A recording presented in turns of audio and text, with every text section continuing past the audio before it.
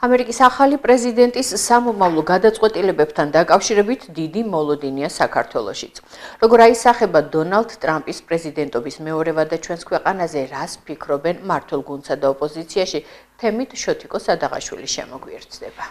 ირმა ამერიკის შეერთებულ შტატებს უკვე ჰყავს ახალი პრეზიდენტი, ის გახლავთ დონალდ ტრამპი, რომელიც სწორედ მომდევნო 4 წლის განმავლობაში მართავს ამერიკის შეერთებულ შტატებს.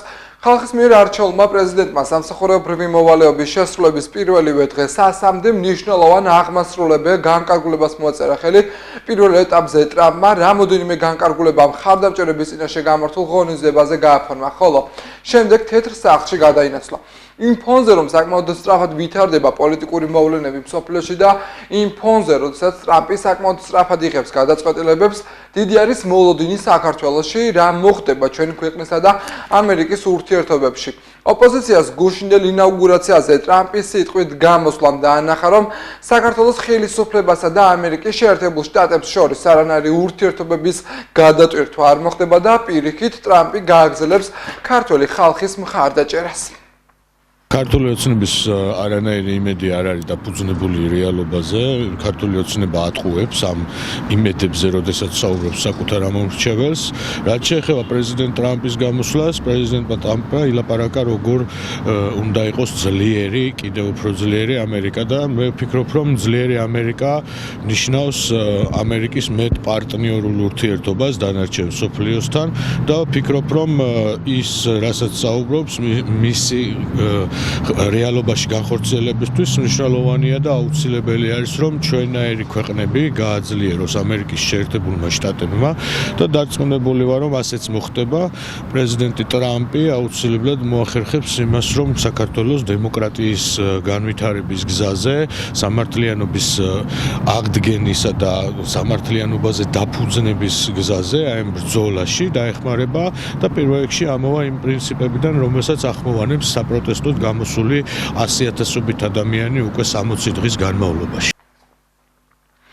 ტრამპის საინაუგურაციო სიტყვით გამოსვლის შემდეგ ქართულ ოცნებაში ამბობენ, რომ ამერიკის შეერთებული შტატების 47 პრეზიდენტმა იმ საკითხებზე გაამახვილა ყურადღება, რომლებზეც ისინი ბოლო პერიოდია აქტიურად საუბრობენ. დავით რაზმაძე ამბობს, რომ ტრამპის გამარჯვებით გლობალურ ომის პარტიას სამუდამოდ გააქრობენ და ორ ქვეყანას ამერიკის შეერთებულ შტატებსა და საქართველოს შორის ურთიერთობები საბოლოოდ დაალაგდება.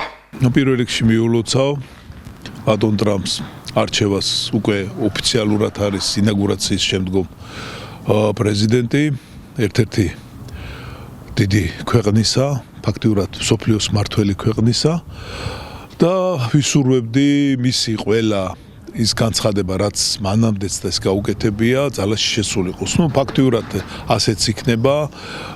ვიღაცებს ოპოზიციას აქვს იმის იმედი, რომ ისინი შეცვლიან პროცესს, არაფერი იმათ უკვე შეიცვალეს პოზიციები, მაგრამ ამ შემთხვევაში გეტყვით, ქართულ ოცნებას უნდა ერთადერთი დემოკრატიას, სიმართლეს და ქვეყნის სუვერენიტეტს ემსახურებოდეს მათი ქმედებები. მეტი არაფერი არ გვაინტერესებს ჩვენ.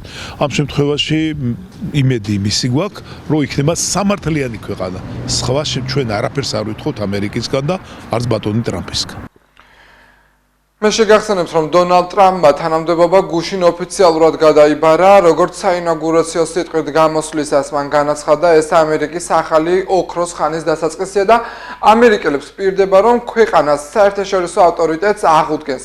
გუშინდელი ინაუგურაციის შემდეგ, როგორც უკვე მოისმინეთ, ტრამპის ახალი ადმინისტრაციის მხრიდან ქართული პოლიტიკურ სპექტრში განსაკუთრებული მოლოდინები არსებობს.